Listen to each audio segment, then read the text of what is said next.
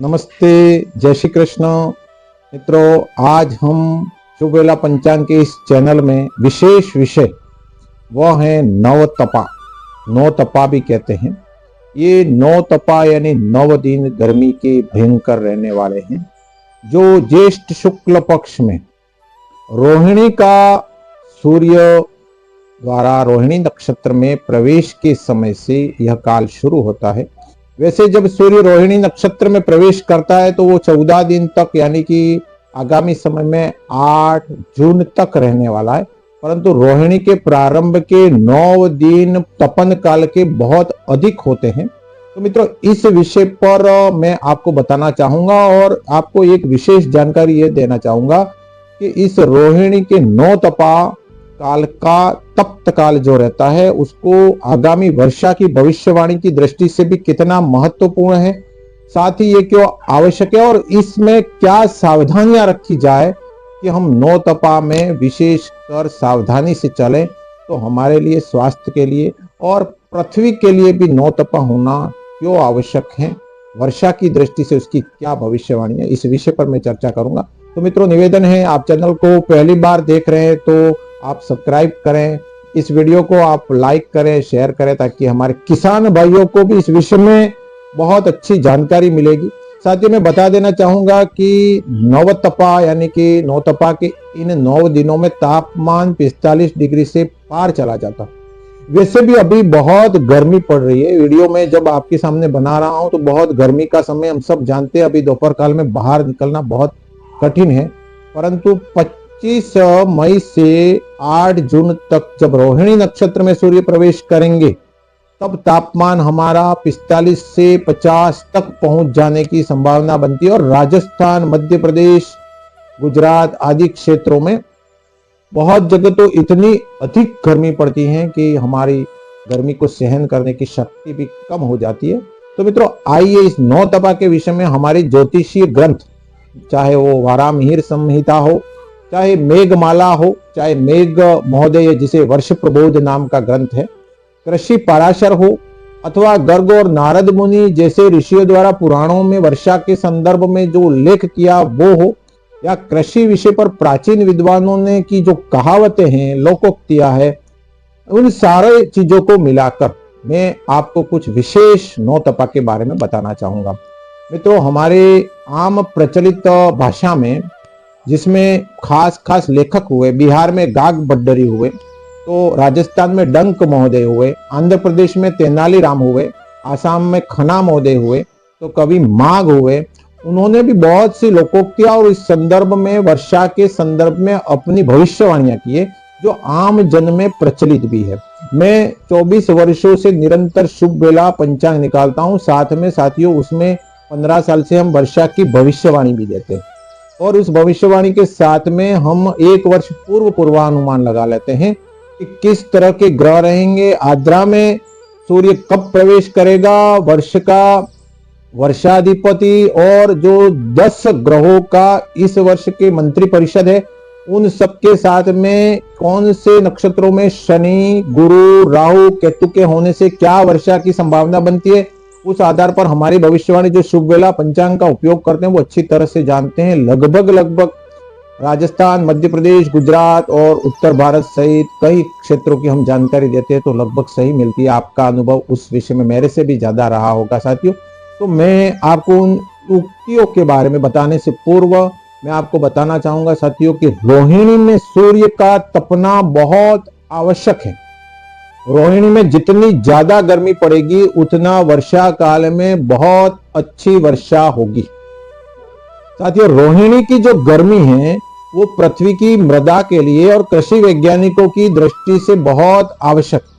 अगर इस समय तपन कम हुई या इस दौरान में वर्षा आ गई तो हमारी जो आगामी फसलें होने वाली है चौमासे में, जिसमें कीट प्रकोप, चूहे और कई सारे कीटाणुओं की संभावना और फसल के बिगड़ने के आसार होते हैं, इसलिए अभी जो तपन होता है इन 9 दिनों में वो पृथ्वी के लिए बहुत आवश्यक है। साथ ही इस रोहिणी नक्षत्र में ये माना जाता है, ज्योतिष ग्रंथ भी मानते हैं कि समुद्र का जल वाष्पीकरण होकर जो बादल बनते हैं वो ऊपर उठता है और जितना अधिक तपन होगा उतने आगामी समय में बहुत अच्छी वर्षा की संभावना होती है।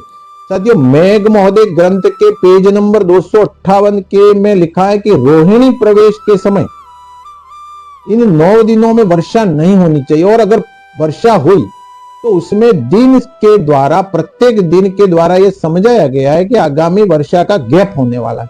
अगर रोहिणी में थोड़ी भी वर्षा होगी, पहले दिन वर्षा हो गई, प्रवेश के पहले दिन 25 तारीख को, तो 72 दिन तक वर्षा नहीं होगी।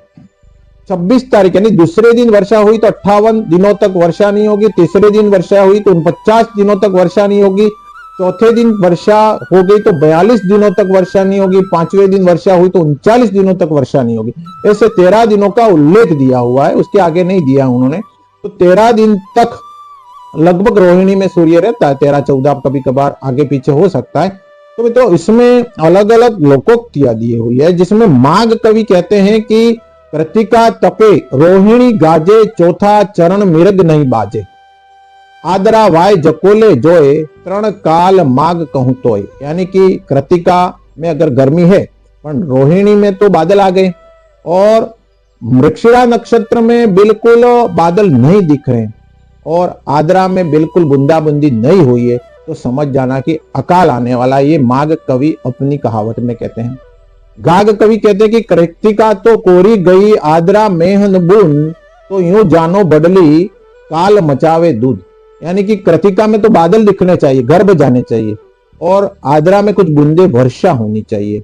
और अगर ऐसा नहीं हुआ, लेश मात्र भी आद्रा में वर्षा नहीं हुई, तो आद्रा नक्षत्र वो 22 जून से आने वाला है, तब आद्रा में थोड़ी थोड़ी वर्षा शुरू होनी चाहिए, तो वर्ष अच्छा जाता है।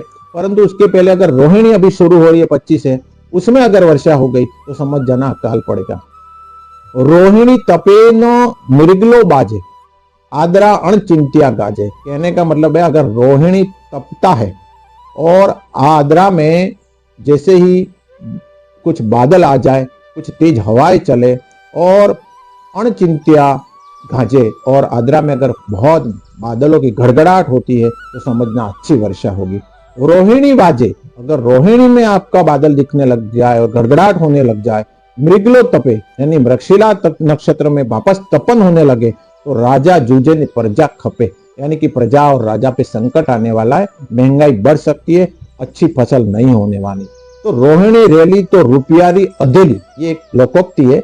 वर्षा अगर रोहिणी में हो गई तो समझ जाना कि रुपये में 8 आना भी फसल नहीं पकने वाली है, आधी फसल से भी कम होने वाला, और कृषक दुखी होने वाला है।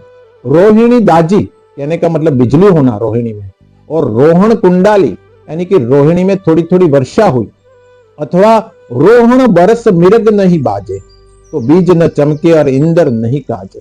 रोहिणी में आपकी बहुत गर्मी नहीं हो, और मृगशिरा नक्षत्र में बादलों की थोड़ी थोड़ी भी अपने को दिखने और लग जाए, और थोड़ी सी हवाएं चलने लग जाए, ठंडी ठंडी, हमको हमारी राजस्थानी भाषा में कोरमणा कहते हैं, कोरमण आने लग जाए, तो निश्चित रूप से बहुत अच्छी वर्षा होगी। नहीं तो आपके बीज बेकार जाने वाले हैं, और इंद्रदेव आप पर कृपा नहीं करने वाले हैं। रोहिणी तपे और कीर्तरा बरसे, तो दूर दूर दूर कर जमानो दर से, यानी कि रोहिणी अगर अच्छी तपती है, और कृतिका नक्षत्र जो है वो आपका बादल के गर्भ गए हो, और मृगशिरा नक्षत्र में बादल पुनः दिखने लग जाए, और ठंडी हवाएं बनने लग जाए, और आद्रा में बूंदाबूंदी शुरू हो जाए, तो समझ जाना ये अच्छी फसल होने वाली। तो रोहिणी 25 से शुरू हो रहा है, मृग 8 जून से, और 22 जून से आद्रा नक्षत्र का प्रवेश होने वाला है। तो अभी साथियों, आने वाली 25 तारीख से अपने 9 दिनों तक यह तपन काल बहुत अधिक रहेगा।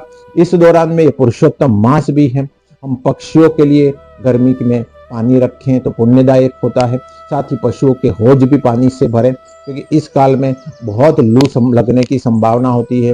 कई सारे पशु पक्षी और बूढ़े बुजुर्ग बच्चे इस दौरान में गर्मी में बहुत कम बाहर निकले तो सिर ढककर निकले, पानी पीकर निकले, और साथ में पानी भी रखें।